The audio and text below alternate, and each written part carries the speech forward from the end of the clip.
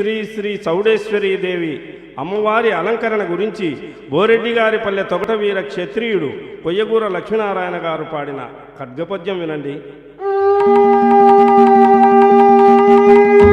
ఆహా చౌడేశ్వరి జాలువా బంగారు సరిగా చీరయు ధరించి కుంకుమా గంధంపు పోకపరచి వరుస గంటల నూలు వడ్డాణమరించి ప్రమదులా కమ్మలే పదిలపరచి ఆని ముత్యముల పేర అందముగా దాల్చి సొగసైన వజ్రాంగి జోడు తొడగి